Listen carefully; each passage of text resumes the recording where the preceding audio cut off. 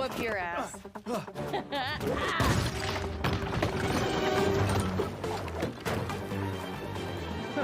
My ass remains unwhooped.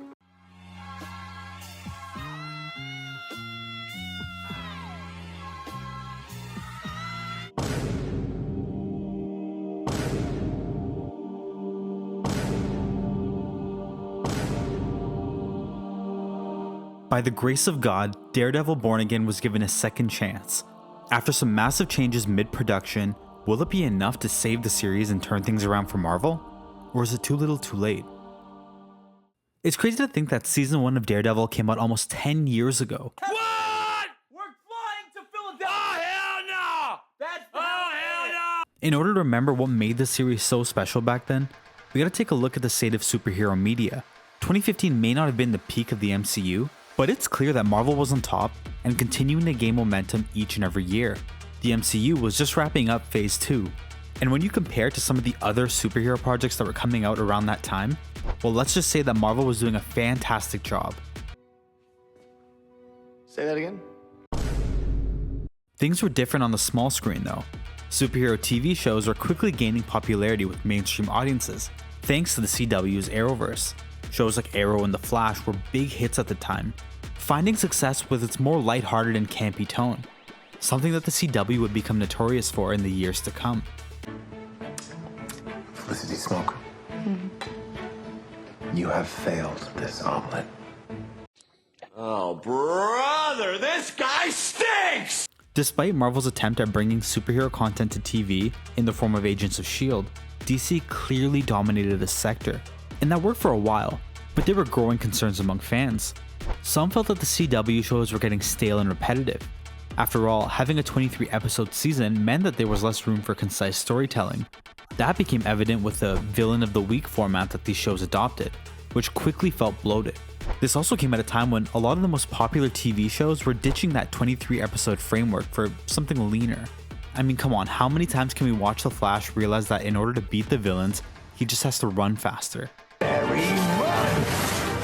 Run, Barry. Run, Barry. Run! Barry, run! The tides were changing, and fans of the genre began to crave something more sophisticated, something that told a concise story with a more serious tone. Marvel noticed this growing demand, and with the help of Netflix, they took a risk that would pay off for years to come. I respect your conviction. The lone man thinks he can make a difference. This darkness is the light. I'm just trying to make my city a better place. Netflix's Daredevil satisfied the growing demand for a higher quality superhero TV show. Premiering in April of 2015, it was received with overwhelming praise from critics and fans, and for good reason. It was unlike anything Marvel had ever done before. Instead of the lighthearted, campy tones that we were used to in the MCU films and even the DC shows, we got a much darker, much more serious story. Taking place within the confines of Hell's Kitchen in New York City, the series was able to take a deep dive on a much smaller scale than we're used to. Gone were the world-ending threats, aliens from another planet, or even villains that put the whole country at risk. Season 1 took it to the streets, and kept it there for the duration of the series. Subbing in for CGI and spectacle was strong writing, beautiful cinematography, and complex characters. But don't just take my word for it. Watch one episode for yourself and you'll see the distinct difference in the quality of writing between Daredevil and any of the CW counterparts.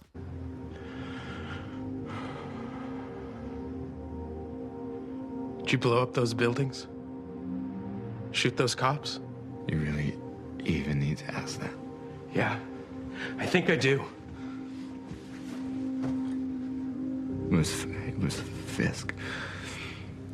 It was all Fisk. He did this to you? With this ring on my finger, it wasn't just about you or me anymore. It was about us. You are not the Flash, Barry. We are. And I couldn't make a video about Daredevil without talking about the acting. Charlie Cox's portrayal of Matt Murdock and Vincent D'Onofrio's performance as Wilson Fisk were in a league of its own. Honestly, I can't just limit the praise to these two though. Everyone gave it their all and it was so good that I'd often forget I was watching a Marvel project. That's the level of quality this show was on. You can probably tell from the way I'm talking about it, but yes, I was a big fan. But all that aside, this show had a unique strength. one that I don't think I've seen from any Marvel property since Daredevil. Maybe with the exception of the Eternals. Yeah, I know. Marvel wasn't afraid of taking risks. What kind of risks? Risks like having brutal violence in a Marvel property, something that they typically stayed away from. Risks like dealing with heavy, deeply human topics, subjects regarding faith and religion or even child abuse. Risks like having one-take fight scenes. I mean, the one in season 3 was 11 minutes long. 11 minutes! Could you honestly imagine the Marvel we know today incorporating something like this in their newer projects? Some of you hearing this might disagree with my word choice here. Maybe it's not about taking risk, but rather it's about putting in actual effort or allowing creativity and artistry to flourish. I think these all go hand in hand, and I think we can come to the agreement that at the end of the day, this is why the series stands out. The point here is that when fans needed it most, Daredevil always delivered. Even season 2, the season viewed by many as the weakest of the 3, was still miles above almost everything else we were seeing on the superhero front. Daredevil's success was so monumental that it would lead to the introduction of 5 other Netflix series. But that's a whole separate rabbit hole that I don't really intend on going on for this video. Because although the other shows weren't nearly as popular, Marvel and Netflix seem to have finally found the winning formula with Matt Murdock. Nothing could stop them. But then came October of 2018 marked the beginning of the end, which might sound strange. Daredevil Season 3 was actually released that month and was yet again met with critical and fan praise. And since you asked, yeah, it was my favorite season out of the 3. But with that new season, we saw the cancellation of Iron Fist and Luke Cage, 2 series that never really saw the success that Marvel and Netflix were hoping for. Not totally unexpected, but hey, at least Daredevil was still doing alright. Besides, we ended Season 3 on such a high note, and there was that cliffhanger. Roughly 1 month after the Season 3 debut, it was announced that Netflix would be cancelling Daredevil. And it came as a bit of a shock given how successful the series had been. But it makes a lot more sense when you peer back behind the curtain. See, the tides were changing in the 2010s. It's easy to forget how different things were back then, and this is especially true in the world of streaming. Today, I think most people would agree that there's just too many streaming services available. But back then, Netflix was pretty much the only one. With all the money and popularity that the service was bringing in, it was only a matter of time before other companies took notice and joined in on the hype. And that includes the mouse himself. On November 12, 2019, Disney Plus officially launched, bolstering a catalog primarily filled with their own IPs. But that wasn't enough. Disney needed to make sure that they stood out from the increasingly competitive market. Having MCU content helped a lot, since the MCU was at its peak back then, but in order to get more subscribers, they would need to take a page out of Netflix's book. See, Netflix was ahead of the curve. They quickly realized that the real money was in producing their own original franchises. Some of the OG franchises like House of Cards and Stranger Things saw astronomical levels of success. Adopting this newer business model meant that properties that belonged to other companies immediately became less appealing. In the instance of Daredevil, Netflix may have been the sole distributor of the content, but Mickey's dad owned the company. So with the upcoming release of Disney Plus, the partnership with Netflix had to be reevaluated. Unfortunately for fans, this wasn't a seamless transition either.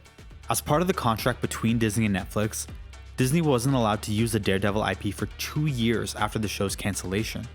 But it's no biggie. For some fans, this was exciting because now there was a non-zero chance that Daredevil could join the Avengers, right? With Marvel Studios in the driver's seat, sky's the limit, right? So after regaining the rights to Daredevil and waiting out the 2-year clause, how did Marvel make use of the IP?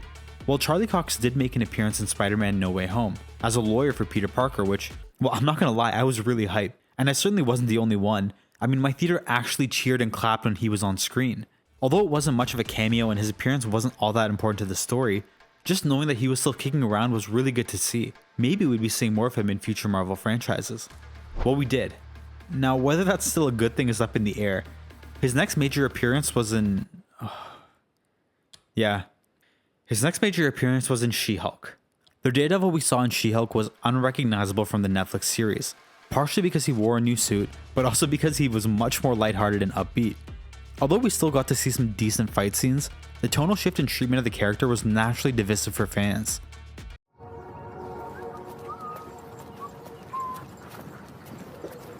Morning. But let's put a pin in that for now and revisit it later in the video. Daredevil's final appearance was last year in Echo, which wasn't nearly as controversial. It was actually much shorter and didn't involve too much dialogue. We basically just got to see a fight scene, but again, not much else from Daredevil. Kingpin also kept busy by showing up in both Hawkeye and Echo as well. And while all these cameos were happening, it was announced that Charlie Cox would be returning as Matt Murdock in a new series, Daredevil Born Again. That should have been great news. It should have been exciting to hear that Daredevil was coming back, this time under Marvel Studios and Disney. But it wasn't.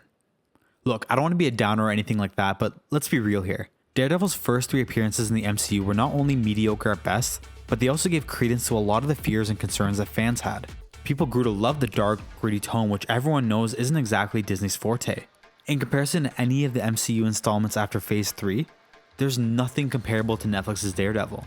Matt Murdock's appearance in She-Hulk was viewed as a complete departure from the Netflix rendition. Pair that with the reports that Daredevil was initially heading in a more lighthearted direction, and fans quickly became weary of the soft reboot. So when they see a jarring difference in the way the character is portrayed, they're going to be taken aback. When fans think of lighthearted MCU writing, they think of quippy one-liners and jokes that don't land. Something that would not only take away from our protagonist, but it generally takes away from the story and overall writing as well. You gotta remember that back then, Netflix's Daredevil was one of the only superhero shows that could appeal to viewers who couldn't care less about Marvel and superheroes. Sure, now we have shows like The Boys and even Invincible, but back then, Netflix's Daredevil stood out in that aspect. When people talk about Daredevil, they mostly focus on the violent, gritty tone, just like I've done throughout this video, but Daredevil's plot, writing, and character development was top notch at the time. When I look back at all the recent Marvel TV series, none of them hold a light to it. An unpopular opinion here, but even the best MCU show, Loki, can only be described as good for a superhero show. Like, I would never recommend it to anyone who didn't like superheroes, but we're just scratching the surface here. There's plenty of more glaring issues. For starters, the show was victim to several reshoots and rewrites, which is never a good sign. Reports stated that the studio decided to scrap the initial version of the show after getting the chance to review it during the SAG-AFTRA strike. Oh my god. You can't make this up. The studio saw what the team was working on while they were on strike and decided it was hot garbage, so they halt production and make some drastic changes. Originally, the show was meant to be more like a superhero version of Law & Order, apparently. Isn't that what She-Hulk was? I'm genuinely asking because I've never seen it. But the studio heads were not happy. Allegedly, in that initial version, we wouldn't even see Daredevil don the full suit until episode 4. And so the showrunner was removed.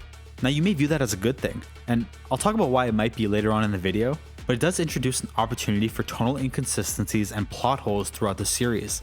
A soft reboot already comes with the worry of inconsistent character development, plot holes, and tonal issues when comparing to the initial series. So obviously, this introduces even more risk that could have been avoided if they just listened to fans the first time. But above all else, the thing that's even more alarming to me is that this change in direction may have never happened if the writer's strike never took place. This really speaks to the level of incompetence that's going on at Disney and Marvel.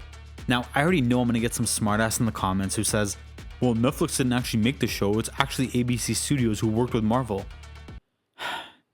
Yes, you're correct, but you can't see the forest for the trees.